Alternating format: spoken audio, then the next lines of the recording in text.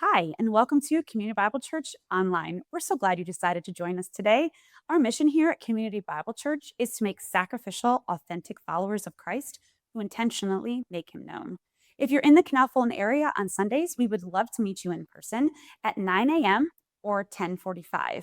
Thanks for joining, and let's get into today's message. Um, we're in the book of Acts, and just a quick story. My best friend was here last week, one of my best friends, and he was visiting from another church. He was on vacation as a pastor, and he's like, I just want to go somewhere where I don't have to do anything.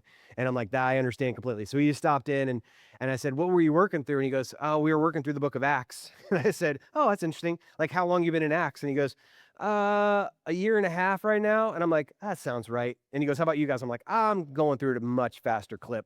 And so the funny part wasn't that. The funny part was his 13-year-old daughter was with him. And when she came in and she saw the banner behind us, she goes, oh no. Like, she's just like, enough of Acts. So I hope that's not you this morning. I hope you're enjoying as we walk through the book of Acts in kind of a big aerial view of Acts. We haven't hit every verse or every detail, but I wanted to at least give you the general storyline of Acts and where it's heading. And so this morning reminds us of those times in our life. Um, I know you don't have them, but just humor the pastor that I have them. Those times in your life where you make a really good plan, and you've checked every box, you've done the research, you've done everything you need to do, and you have the plan. You think how it's going to go, and then like as soon as you execute said plan, everything goes completely to crap. Like, like it's just like I don't know how else to say it. Like it just hits the fan. Like everything just kind of goes to pot. And you're like, oh my gosh, I had the plan. And like we had a really good plan, only to watch God completely rearrange it. And you're like, I know I'm following God, but it's hard when he completely rearranges our plan. And so the one thing I continue to learn as I follow Jesus is this very statement. I have to repeat it to myself a lot. I am in control of very little of my life. Like that's the biggest thing I come to. And as we look at this text today in Acts chapter 12, it reminds me again and again, I am in control of very little things in my life. And for some of you, that's kind of like a daunting statement. Others of you, it's a relief that you're like, oh my goodness, thank you that I'm not in control of everything. I can take this heavy backpack off and lay it over here because I'm not in control of my life. Um, I can plan my day. I can plan my year. I can build schedules. I can plan dates for when we should break ground on the new building. And God laughs. And so you know, and we'll have more information of that very shortly of what God's been doing in that. And it has been incredible, but it has not been my time schedule. It's not been my plan. And so I am in very little control of those things. But following Jesus means learning to trust the one who sees what I can't see and also trusting the one who controls what I can't control. And I think that's what we're going to see today is how do I trust in a God who sees what I can't see and controls what I can't control? And that's okay. One of the things that was in my head this week was, and for those who don't know me very well, I may look like a hunter by nature, but I am not a hunter. And so the running joke in this church is that I'm a bow hunter by word only. And so, but I was about a year ago, I was asking some hunters, I said, hey, I just need to expand my podcasts. It's a lot of theology. It's a lot of, so give me something that's just not just hunting. And so they turned me onto this podcast and I've been listening to it for a while. Well, this week, I got enamored into a elk hunt that happened in the south part of the United States. They won't even tell where the elk hunt happened because they don't want anybody to go down there and poach their area. But the story went that these guys had gone down, and it was like a once in a lifetime like tag that you never get. Like you get every 20 years, they may or may not issue this tag for this hunting area for these elk. And I learned so much about tags.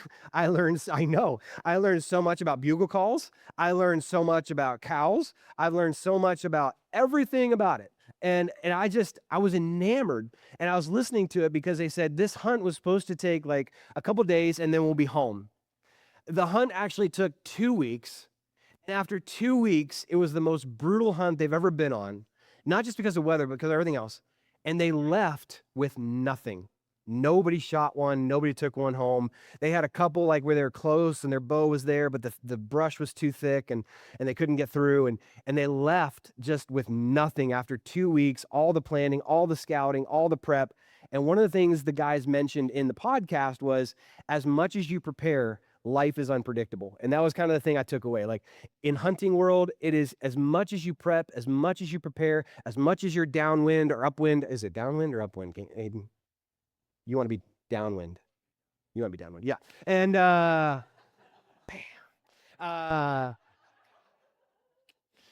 And so as much as you prep and as much as you plan, as much as you have these things in your head, life is unpredictable. Or maybe a little more, maybe to our liking in here, and I have done this. I've not done hunting, but I have done this. Golfing is the same way. Like, I don't understand why people like golfing because it is the most frustrating game in all of the world, and the only one to blame is yourself. Like, there's nobody like the people next to me threw me off. My clubs are bad. Nope. It's you. And it's so hard because as much as you golf and as much as you prep, as much as you plan, as much as you buy, you can have a great game one day and have a terrible game the next day. It's so humbling. And that's why I don't play as much because I don't need that. I don't need more humbling. And so it's such a difficult game because it's so unpredictable. The greens could be wet, they could be dry. Other golfers could throw it off. Like you're not in a good headspace that day. It all is unpredictable. So whether it's golfing or elk hunts, like it's all in the same category. Sometimes this idea of like life is so unpredictable and I am in control of very little in my life. And we're going to see that in Acts chapter 12. We are in so little control of our lives. And what do we do when the things hit the fan and we're not really sure how to handle it? That's what we're going to see in Acts chapter 12. And so before we jump into that, I do want to take a quick caveat because we have been tracking through Acts. I want to give you just a brief little snippet of Acts chapter 11 before we jump into 12, because it'll lay the groundwork for next week for Tony when he's preaching. But in Acts chapter 11, basically we've just seen Peter and Cornelius and the gospel go to the Gentiles.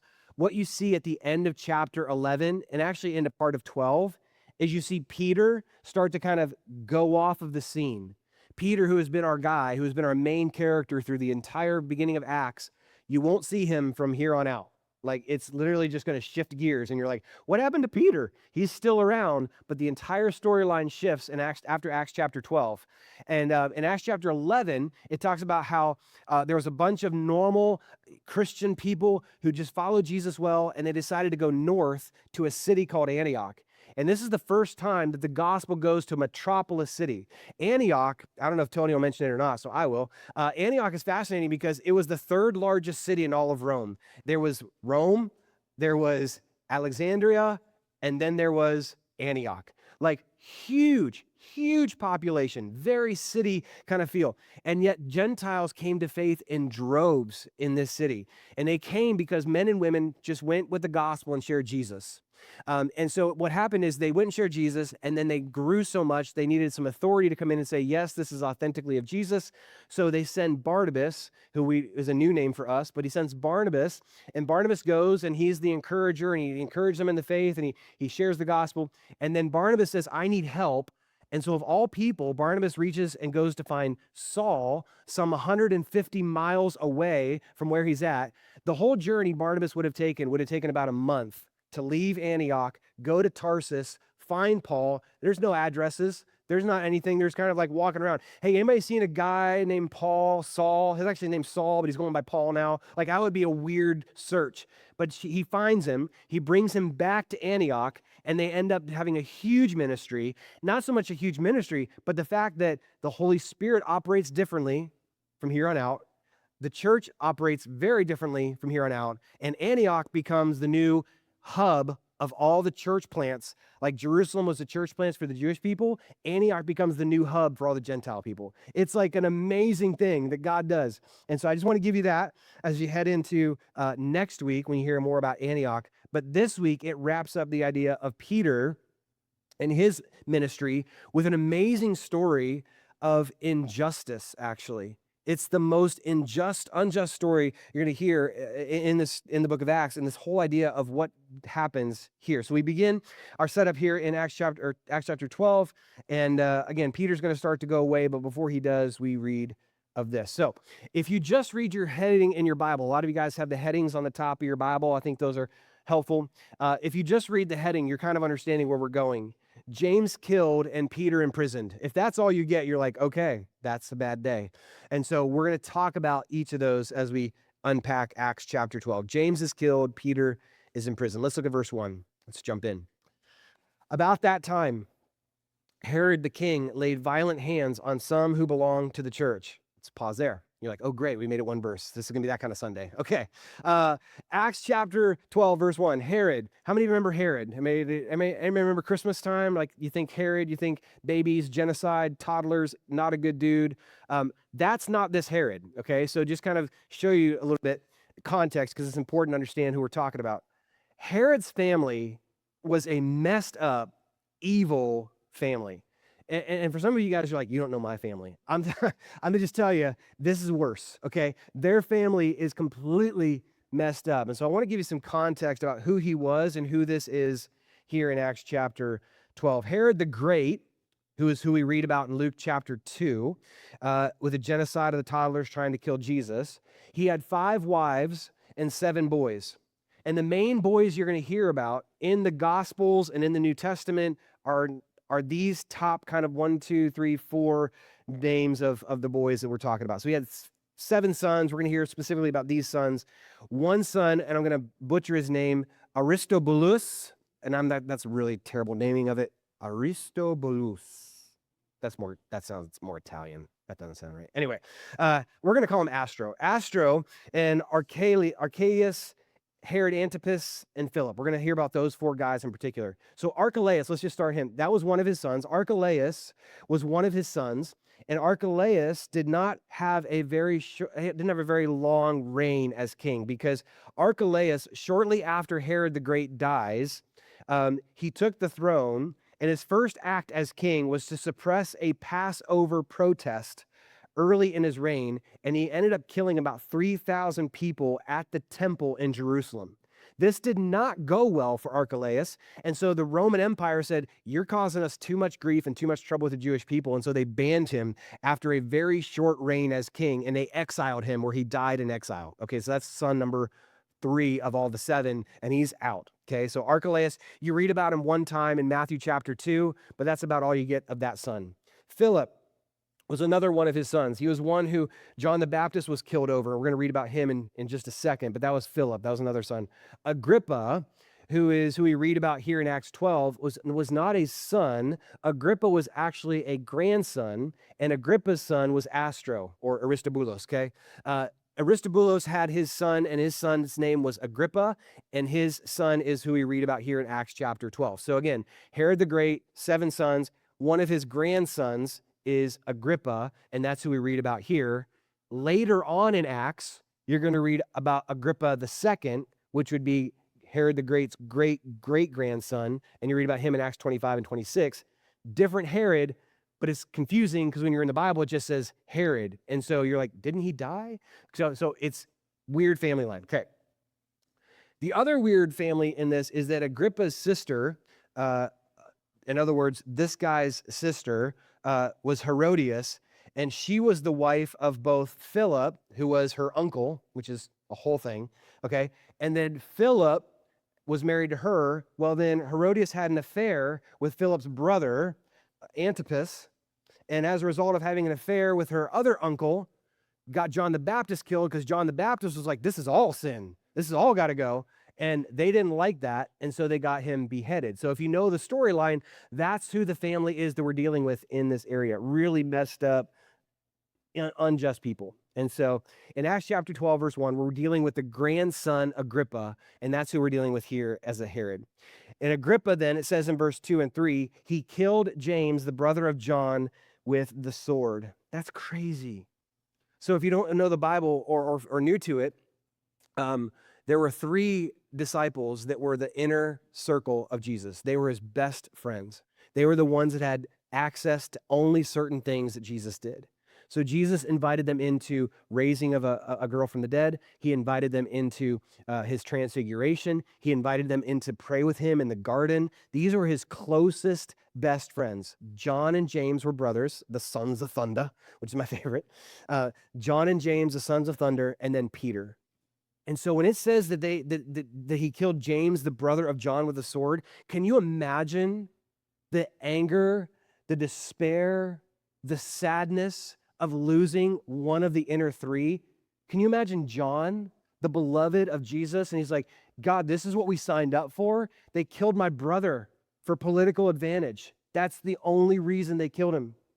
And then Peter at the same time being like, God, what are we doing? I know that we're supposed to die in your name, but this seems over the top because Herod just killed him because he wanted political advantage. This just seems such a waste of James' life. James doesn't even write a book of the Bible. That's another James. We know very little about James because all we know was he was the second martyr of the church, and he was the first apostle martyr of the church. And you read this, and you can read it as just a text, or you can read it as if it's personally, historically happening, which it did, and that there were real people involved. James and John had a real dad. They had a real mom. They were Zebedee's kids, right?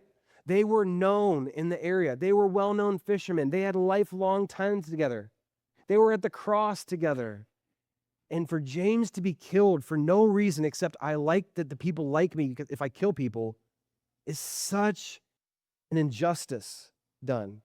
So he killed James, the brother of John, with a sword. And when he saw that it pleased the Jews, he proceeded to arrest Peter also. This was during the days of unleavened bread. So he says, wow, man, if that made people happy, let me arrest Peter too, and let me kill Peter as well. Now, he had a problem. He couldn't just kill Peter because he remembered what his brother did and killed 3,000 people during Passover. He's like, yeah, that didn't go so well. That got him exiled. I don't want to get exiled, so I'll wait until after Passover, and then I'll kill Peter. But I'm going to put him in prison so he doesn't escape like he did last time with John, and I'm going to make sure that he doesn't leave, and then I'll kill him after Passover is dead, is gone. He says in verse 4, and when he had seized him, he put him into prison, delivering him over to 4 squads of soldiers to guard him, intending after Passover to bring him out to the people. And so Peter was kept in prison, but earnest prayers for him was made to God by the church. That's important to understand. Earnest prayers made on behalf. And so here's what happens. Peter is in prison, and there's 4 different guards. And so what this would look like is you would have a guard chained to this side. You'd have a guard chained to this side. You know, like the movies where they have the handcuffs on briefcases? Imagine you're handcuffed to a person on either side of you, and that's your life. Not only that, he was handcuffed to both guards, and then there were 2 guards placed outside of the cell with 2 guards in the cell. And what would happen is every 6 hours, they would rotate 4 new guards in, 4 new guards out. Next 6 hours, 4 new guards in, 4 new guards out. A total of 16 guards would have been part of this whole scenario. 16. And you're thinking, there's no way this guy can escape if he's chained to 2 of my guards and there's 2 outside. There's no way Peter is going to be able to get out of this, and I'll kill him once this is all said and done. Now, I'm going to give you the story briefly as we look at Peter's rescue, and I'll give you the details because I want to actually come back to this injustice thing and spend a lot of our time there because I think the story lends itself to these hard things. So let me just kind of share with you what happens in this next section when with Peter. It says, now when Herod was about to bring him out on that very night, Peter was sleeping between 2 soldiers bound with 2 chains, and sentries before the doors were guarding the prison. And so here's what happens. It's sleeping. It's the middle of the night. Peter's probably exhausted. He has just lost his very best friend. He is depressed, I'm sure, in many ways. He is completely exhausted, and he is out. I mean, I don't know if you are sound sleepers in the room. I am one of those, and it doesn't take me long to fall asleep. Like last night, I was out way too fast. I don't even know you came home at some point. I don't even know when. And I was gone. And like, it doesn't take much. And for me to wake up, it takes a lot. Like the other night, the thunder and lightning shift, my wife's like, did you hear the thunder? I'm like, nope. Like, I was just like, I sleep really good. And so Peter was one of those, I mean, he was just out. And so what happens is the angel comes in and Peter is out, he's sleeping. And the first thing that happens is the angel comes in and there's a bunch of light in the cell. And as there's light in the cell, Peter's still out. And so the light doesn't work. So the angel, this is kind of comedic as you listen to it, but the angel goes over and just gives him a swift kick to the ribs, like, get up. Like, you know what I mean? Like, I know we've never done that to our kids in the morning. You need to get up. Like, but he kind of just gives him a little, love angel tap. Dude, you need to get up. And all of a sudden, he feels the pain. He's like, oh, what's going on? And as he starts to come to his senses, he has that moment, and I don't know if you've had this moment or not, but he's not really cognitive of the room or what's happening. So I equate it to this. And in first service, there were some people who had this, but not as many as I thought. And so it makes me feel a little nervous about myself, but maybe you can help me. Have you had the experience when you're dreaming before where you're in the dream, but in the dream, you can't keep your eyes open? They keep going like this. And like, I'm in the middle. Okay. Anybody have that? Thank you. This is a normal congregation audience. First service was like 2, and I'm like, what? Okay, so here's what happens. For those who don't know, it's really creepy. What happens is you're in the dream, and it's real life. Like you're in it. Like you feel like this is actually happening. And so I could be talking to you like this or preaching, and I'd be like this. Guys, I can't open my eyes when I'm preaching to you. And I'd be like, and then all of a sudden, what's happening is your body's waking up, but your brain doesn't know it's waking up. And so you're waking up and your eyes are trying to open to real world, but your dream is keeping you in dream world. It's like Inception times 2. Like it's a whole thing. Like, and as I'm doing it, like I know I'm in the dream, but I'm not really cognizant of what's happening around me. I mean, I've had dreams before where like after knowing this and having confirmation from some of you that this happens, there's been dreams where I'm literally in the dream and I'm like this and I can't open my eyes. And I've told myself in the dream, you're in a dream. You're about to wake up. And then I don't wake up. And I'm like, wow, I'm like full, the top is spinning. Like if you've seen the movie, like I'm fully in, right? And I am like fully immersed in this thing. And it's kind of where we find Peter. He is completely out of it, so much so that the light doesn't work. Kicking him doesn't quite work because he's not really sure where he's at. And then if you read the story, like the angel literally says, all right, here's your robe. You need to put that on. Okay, you need clothes to go outside. And as we go outside, you're going to need this cloak. So get that on. And then he takes him, it says, by the hand, and he leads him out of the cell. And then it leads him out of the cell and out to the outside. And it's not till he's outside in the cold air, probably about 3 o'clock in the morning or so, and he's out in the cold, and all of a sudden he comes to himself. And immediately as he comes to himself and he realizes what happened, the angel's gone. And you're like, this is crazy. And so what he immediately does is he then runs to the house that he knows would be a safe place for him, which is a guy named John Mark, different John. John Mark's mother's house is where he goes. And John Mark isn't there. You're going to read about him later in Acts. But his mother is there, and there's a bunch of ladies and men up in this room, and they're praying for Peter's deliverance. They're praying these earnest prayers that he would be delivered. Well, as they're praying, Peter knocks on the door, and as he knocks on the door, they're like, okay, that's got to be soldiers or somebody. This is really late in the evening. Nobody should be at our door. You know what I mean? You're checking your Ring cameras. You're like, who's knocking at my door this late? So they're starting to get suspicious. Well, one brave lady goes down. I love this story. She opens the door and she gets so excited. When she opens the door, she sees Peter and she's like, Peter, so good to see you. You're free. And then she slams the door in Peter's face and runs back upstairs. It's like, Peter's free. He's right downstairs. And they're like, why didn't you bring him in? Is he not like, and then they don't believe her. Like, you're lying. There's no way it's Peter. And poor Peter's out there like, just come to his senses, not sure where the guards are, not sure if he's safe. And he's just kind of like, guys, you got to let me in. This is not safe. And so finally they come back down and they let him in the house, not after, not believing him and being out there. And then Peter shares all that had happened, that his freedom is here and that their prayers were working. And then Peter is now free and walking free. And you'll hear what happens to the guards here in just a second. So the story goes that Peter's delivered, James is killed, and then we pick up verse 19. Now, when that day came, in other words, when they had gone to another place and the whole thing, now when that day came, there was no little disturbance among the soldiers over what had become of Peter. And after Herod searched for him and did not find him, he examined the sentries and ordered that they should be put to death. Then he went down from Judas to Caesarea and spent time there. He kills the very guards, and their only thing they could do was just simply do their job. But Herod was so outraged, Agrippa was so outraged that he had these guards killed. Again, injustice of James, freedom for Peter, injustice for these guards.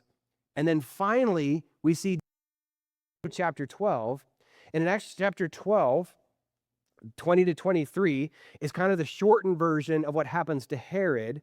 And it says, Now Herod was angry with the people of Tyre and Sidon, and they came to him with one accord. And having persuaded Blastus, the king's chaplain, they asked for peace because their country depended on the king's country for food. This is politics, basically, is what this is. It's blackmail back and forth. And he's like, I'm not going to give in to your blackmail. And all of a sudden they come and they're like, well, would you please then give us food? We're sorry that we did this thing. And anyway, it's the whole thing. On the appointed day, though, it says that Herod put on his royal robes, took his seat upon the throne, and delivered an oration to them. And the people were shouting, the voice of God and not of man. And immediately an angel of the Lord struck him down because he did not give God the glory. And he was eaten by worms and breathed his last. And if you read that section, you're like, that sounds crazy. That sounds nuts. The guy just passed over dead for being. But I love that we have history on our side. Because if you go to the historian Josephus, his story gives us a lot more detail about that exact day that happened in history. Let me read this for you. Agrippa exhibited these basically big shows in honor of Caesar. So what was happening? There was these celebrations for Caesar that were happening at this point in time. And Agrippa comes in and is like, I'm one of Caesar's. Look how awesome I am. And knowing that this was celebrated a festival for Caesar's welfare, he tries to take advantage of it.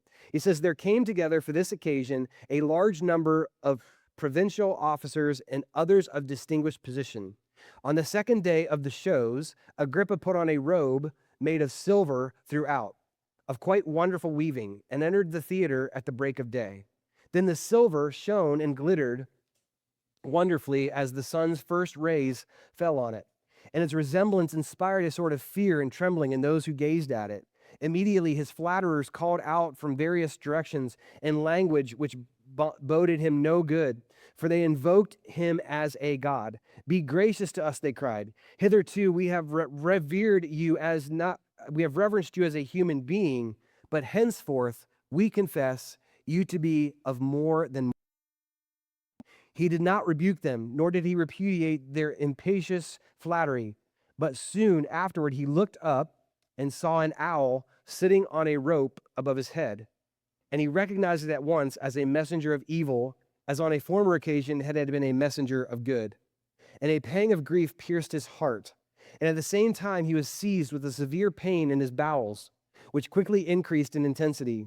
He was hastily carried into the palace, and when he had suffered continuously for 5 days from the pain in his belly, he died in the 54th year of his life and the seventh year of his kingship. You're like, even Josephus was like, I remember that day. He came in, he had these robes of silver, and it's like when the sun hits it, it just kind of like dazzled and shone as if he was a god. And people were like, he's a god, and he didn't turn it down. And finally, God's justice takes him, and he has to suffer as a result of this. But my question in all of this, we're going to end, or not end, but we're going to spend the rest of our time, is in this question of why, God, did you wait so long to take Agrippa out when he was evil and did all these atrocious things, including taking the life of James? Why? Why did James have to die? Why didn't God take Agrippa out before all of this? Why does God allow these stories again and again in the book of Acts and in our lives today? Like, we can come to church and we can wrestle with these because we follow a God who allows these things to happen in history.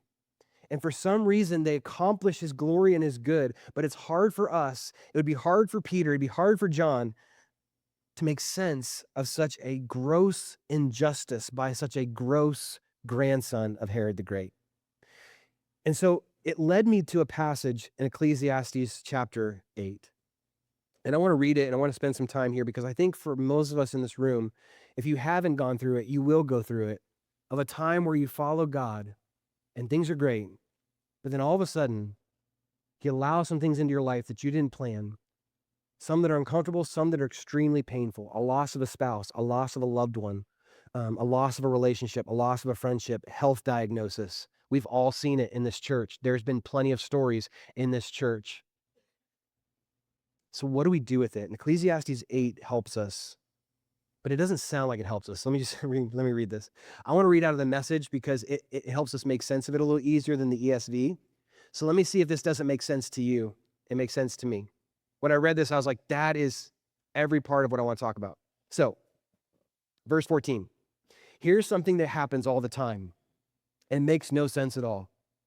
Good people get what's coming to the wicked, and bad people get what's coming to the good. I tell you, this makes no sense. And he uses his favorite imagery. He says it's smoke. Not like I want all that smoke, but it's smoke. It's that thing, like, you ever been around a campfire and like it shifts and it hits your face and your eyes and you're like, it just stings and then it's gone. It's like a vapor. That's what he says here. It's a vapor. Life is just a vapor. And sometimes it's extremely painful. It's just here and then it's gone. He goes, this whole thing of injustice is smoke. He continues, verse 15. So I'm all for just going ahead and having a good time, the best possible. Anybody read that and you're like, I don't think that's Bible. I don't remember it saying that. So it's fatalism. Is that what we're doing here? Like, just give up and just have a party? Like, that's what we're, I don't know. He says the best thing, the best possible. The only earthly good men and women can look forward to is to eat and drink well and have a good time. Compensation for the struggle for survival these few years God gives us on earth. Some of you guys are like, yes, I've been waiting for this verse. This is awesome. That means I just get to eat, live, and party it out. This is great. So what's he talking about? He says, I've seen all this injustice, and here's what I think you can do. I think you can eat, I think you can drink, and I think you can just survive and just, man, live it up while you're here on earth. 16 to 17. When I determined to load up on wisdom and examine everything taking place on earth, I realized that if you keep your eyes open day and night without even blinking, which isn't possible, you'll still never figure out the meaning of what God is doing on this earth. Search as hard as you like, you're not going to make sense of it. No matter how smart you are, you won't get to the bottom of it. You're like, oh. All our control people in the room said, ouch. All our control people in the room said, I can keep my eyes open for a while. All our control people said, I don't like what this means. This means I'm not in control. This means I am created. I want to take the remaining time and talk about this very difficult text and how it relates to the stories of Acts. Have you ever stopped and thought about how weird this sounds? Like, just party, drink it up. Is that what he's talking about? Kind of. Because he very clearly says, eat, drink, be merry, do life, enjoy it while you have it. So what's he talking about here? I think the hard thing with this text is we all, in 2026, we live in very black and white world, don't we? Like, if we have a problem or a tension, we don't think it's a tension that needs to be managed. We think it's a tension that needs to be solved. And so if we have any tension in our life, we first go to, maybe you go to God and he's not responding as quick as you want. So then you go to friends, they don't respond as you want. So then the next thing you're like, well, if they don't know the answer, I do know who knows, and his name is Chat. And if I go to Chat, then I can actually just let him know my problems. And he's like, oh man, let's go. I got you, brother. I'm going to talk about everything you need to know. This isn't railing against AI. I'm just saying it's just an easy access to any tension you have in life. You don't have to feel it for more than 10 seconds. And you're like, is this normal? And ChatGPT is like, no, you're going to die. You know what I mean? Like, or it may not. Like, oh man, ChatGPT is good enough that it knows you. And it's kind of creepy because then it'll be like, oh, you're okay. This makes sense. I understand why you asked this because I've looked at all your other searches, which is in and of itself. I mean, until you realize it's like, I know you because of all the other things you've told me. Just be careful. He goes, I know you. Yeah, let's talk about this. And he sounds so nice and he's so friendly. And you're like, yeah, tell me more about why I can get through this and not have to deal with this. And we live in such a clear, easy find answers world that we have very little in our lives that we have to sit in the tension of for more than 5 minutes. And I think that's a problem. I really do. Ecclesiastes, they had tension and they didn't ever solve it. They just sat in it. And he's like, let's just eat and drink and let's just enjoy it. We're not going to solve the tension. Nope. I can't solve the tension because as long as I've lived, I can't make sense of the meaning of life. Oh. Well, if ChatGPT was around back then, he would tell you the meaning of life, right? I mean, like, it's just, we live in such a weird age, but the problem is we still have a lot of the same questions. Why does God allow injustice? Why do the wicked get what the good should have and the good should get what the wicked should have? And Why does God do this? Why would God allow this? Why isn't he fixing this? And so a lot of us know the characteristics of God. And if we're not careful, we can take the characteristics of God and put in bad theology. And here's what I mean by that.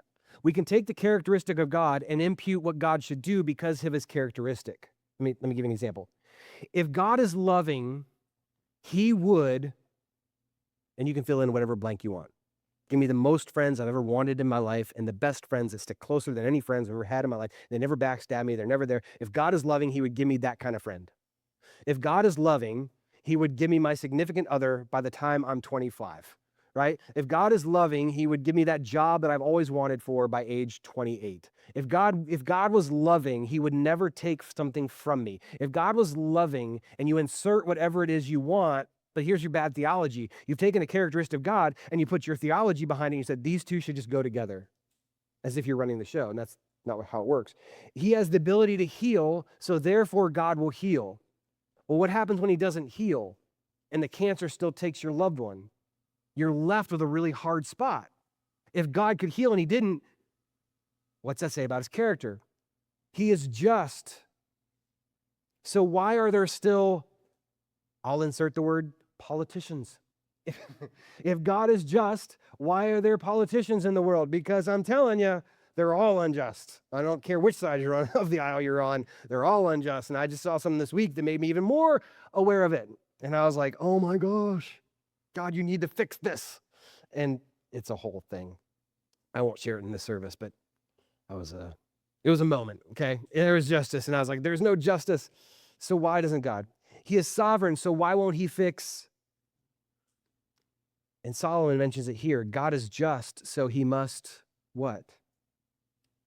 This phrase, justice requires God to do this, can be dangerous for us because we are created beings and not the creator.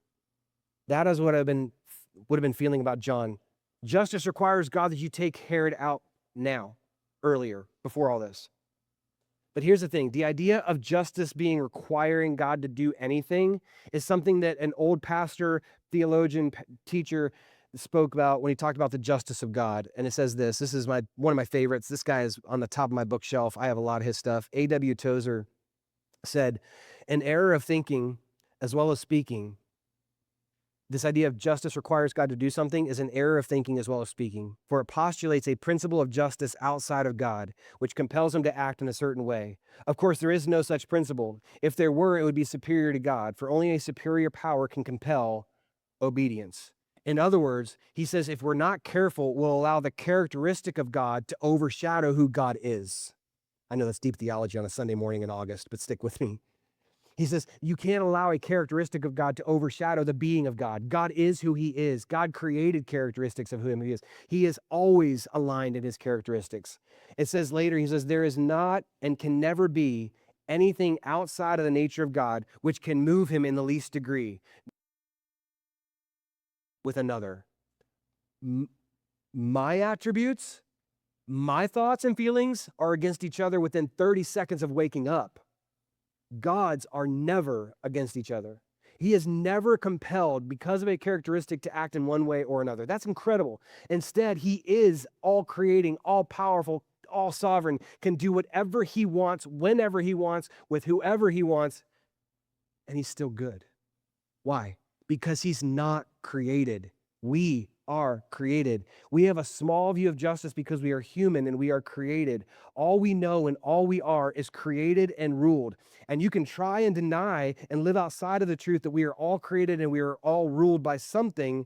You can try and deny it all you want, but we're all going to face that reality in small ways and big ways when it comes to life here on earth.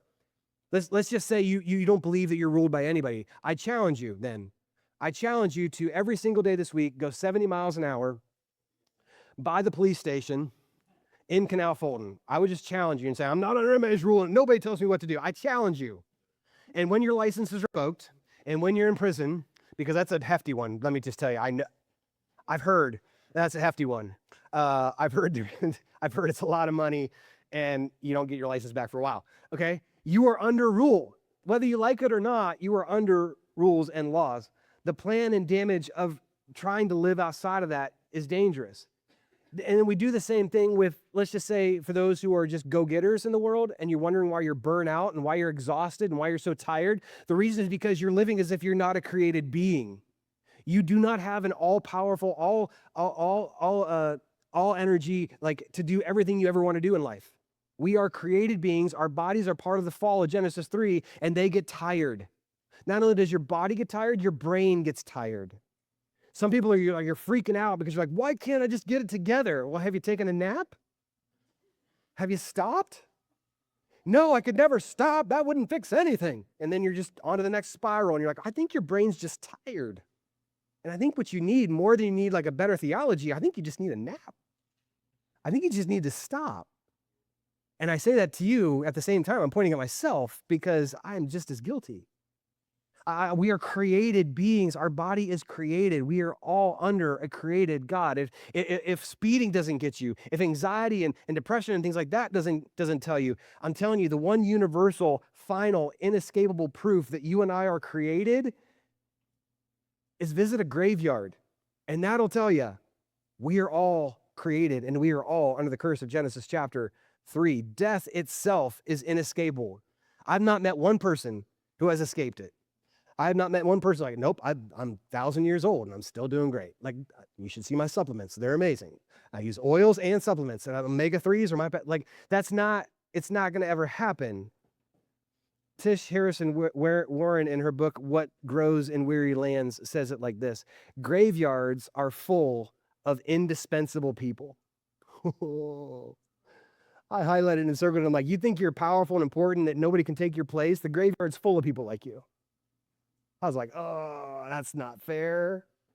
I would add, graveyards are full of independent people who didn't need anybody to tell them what to do and they could live outside of rules. Tell that to their headstone.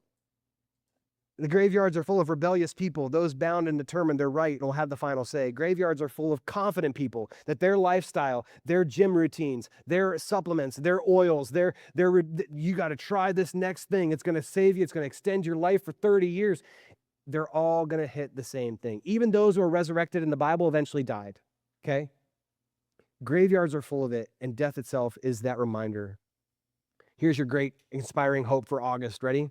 The graveyard humbles all of us. What'd you learn in church today? I learned we're all going to die. Remind me not to attend there. The graveyard humbles all of us. It reminds all of us that we are created beings. Ecclesiastes tells us we are created beings, so don't worry about trying to figure all this stuff out. Instead, live as a created being. The graveyard humbles all of us. Stephen not spared. James was not spared. Peter was not spared. John was not spared death. Even Jesus himself, how cool is this? You ever think about this? Even Jesus himself experienced what it was like to die, like physically die, like organs shut down, blood leaving, the whole turning blue, like everything he experienced was death. We get caught up in the resurrection. Yeah, but he rose. Absolutely. But can we understand that God is so kind and so gracious, he understands what it means to be on a deathbed and die. We're all going to experience it, but Jesus experienced it for us. And he says, I walk with you even through death. The reason he can say that is because he did literally walk through death. It's so cool. We need the humbling of death to show us the greatness of who God is. You see, if we could know with certainty what actions, what prosperity, what happiness, what supplements would guarantee us long life, then we could control life and even God. We would all do well to learn, as Job did, as David writes about in the Psalms, those powers are not ours. In the same book, Tish Harrison says it like this: no matter how clever the scheduling app, how helpful the time management philosophy, how organized our days and weeks may be, we are simply not in control of our lives. As we age, we begin to understand more deeply that there are things that we may never be mended. There are problems that may never be solvable. There are injustices that may not be righted, and griefs that may not be healed, at least in our lifetime. And we are so against tension that we feel like, no, that'll get solved. I'll fix it. And we ruin ourselves instead of just living as created beings. So whether it's elk hunts or golf, death of a loved one or a lifelong diagnosis, We do not get the luxury of being the author of our own stories. Brant Hansen, in his book, Life is Hard, God is Good, Let's Dance, my favorite book. We all have an idea of what God is like, and we're not going to let anyone or anything, including God himself, get in the way of it. That's my fear. My fear is in my own life that I have an idea of what God is like, and I'm not even going to let God himself tell me any different. You see, we have to come under the authority of God in the middle of these hard things and say, God, I need you to help me walk through these things. The three things that stand out in Ecclesiastes chapter 8, and we're going to end with today. I'm going to bring the team up. You guys want to come on up? The three things that Ecclesiastes chapter 8 tell us and help us with in understanding injustice and understanding death and God's sovereignty are this. In Ecclesiastes chapter 8, he shows us that eating and drinking and enjoying the day are not telling us a fatalistic thing. He's not just telling you, hey, life is just going to just run you over, so just forget about life and just drink yourself to death. That's not what he's saying. What he's saying is, because you are a created being, do what a created being does. And that is enjoy the favor of what God gives you in your eat, in your drink, in your family, in your friends. While you are here on earth living in a broken world, enjoy what God has given you rather than trying to solve who God is. So this whole thing of eat, drink, and it's a relax message, not a fatalistic message. It's a breathe, man. You're not God. Take the backpack off. You're created. It's okay. Enjoy it. Hang out at a barbecue longer than you should. Have a bonfire. Go to a tailgate and watch football. Enjoy it because you are here and created. So take the pressure off. The second thing he says is God has, in Ecclesiastes 8, the second message, God has deliberately made life unpredictable in order to thwart our human efforts to control it. I think God has purposely made things so that we can't always get the right result. And he heals one person here, but doesn't heal somebody here. I think he does it because he's like, I'm not a machine. I'm not a vending machine that you push the buttons and I answer. I have a will and a purpose that is bigger than yours. And even if you can't see it in this lifetime, I'm still working on categories way bigger than yours. And God is showing us in Ecclesiastes chapter 8, he's showing us that all things are in his hands. The death of James and the escape of Peter are in his hands. The loss of your loved one, the lifelong diagnosis that you have to live with is in his hands, and it's a story you're writing. My constant struggle back and forth with fear and anxiety and depression at times, that's part of a story that I would never want in my story, but it's a story that I have, and it's a story that can be used for other people. Would I want it? No, but it's a story. I don't know what your story is that God has given you that you're like, I would never wish this story upon anybody else, but it's still your story. And God is going to use it in tremendous ways. Our stories are in the hands of God, all of them. Our pains, our struggles, our celebrations, our losses. So maybe for you, it's not physical death, but we can all find ourselves in a place where we will have to decide, do we walk through this with God or do we walk away from him? Spiritual disappointment, relational disappointment, career disappointment, health, finances, all these disappointments, do you walk with or walk away? And God is asking us to walk with. I love how Acts chapter 12 ends. With all of this, we get a very familiar ending to Acts chapter 12. You ready? Acts chapter 12, 24. But the word of God increased and multiplied. Every single chapter after abuse and persecution, it seems like that's the answer. The word of God increased and multiplied. Because it's not your story. It wasn't like, and Peter got even more recognized, and Peter was the best, and Peter was awesome. It was, and the church grew and increased, and God saved as a result of all of these things. My hope for this morning is that you understand God has not left you. God has not abandoned you in the hard things, but instead he is writing a story that is bigger than ours, and we can trust him in it, even if we hate every part of the story. He is writing something bigger than you. And I'm telling you, I've talked to so many of you in this room. You've walked through some really hard things that I hear from you, and I'm like, I can't imagine how you're still standing, but you are. And so this morning, I'm going to give us a chance to respond and pray for you this morning. And maybe that's you. You're kind of walk through some of those like, I don't know what God's doing. I wish I knew what he's doing, but I don't know what he's doing. I want to kind of pray for us this morning, and then we're going to respond together as we sing together, and I'll tell you why. in just a second. So what we're going to do is this. I'm going to pray. I'm going to ask for those who maybe just need prayer. And then as we sing this together, I'm hoping it's just kind of a reminder as you hear voices around you singing these truths out.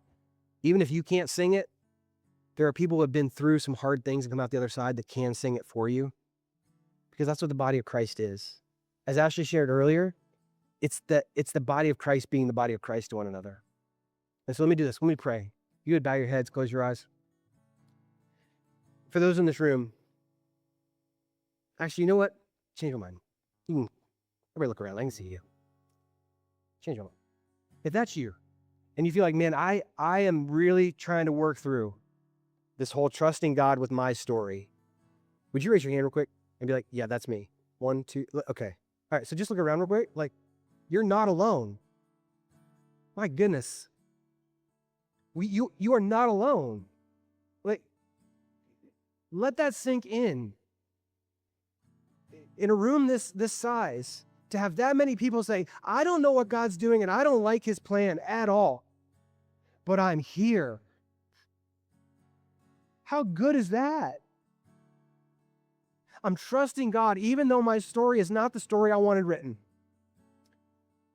Let me pray for those hands. Do it again. Raise your hand real quick. I want to pray for you. Thank you. Thank you. Thank you. Thank you. All over. Okay. Let's pray. God, we know that you see us.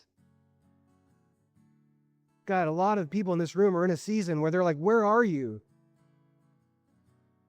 I pray that your comfort would be there in only the way that your Spirit can. I pray for every person in this room, that's them, that they would seek somebody here at this church to say, I need help. I need help. Whether it's me, leaders in this church, friends, they reach trying to follow and it's really hard. I pray for the courage. I pray against the enemy's attack. This is fatalistic in some way. It is not. I pray that your strength would be seen. God, as we sing this song together, maybe a declaration over those who are hurting, and maybe a declaration for those who are hurting that this is your response. You can tell the enemy, you know what? I know it doesn't feel right, but I'm still trusting in the character of God. He has not failed and he will not fail, even though I'm in this. We're going to sing this together, and we'll come back at the end, but take your time. If you need to sit, sit. If you need to kneel, kneel. If you need to come and pray, if you need somebody to pray for you, over you, I am here. There will be others that can come. If you want to pray, great. If you want to stand, you can stand. But let's just declare this together out loud, that he is still in charge. Thanks for joining us today. We hope that today's message helps you to follow Jesus and make him known to those around you. Again, we would love to see you in person on Sundays at either 9 a.m. or 10:45. We hope to see you soon and have a great week.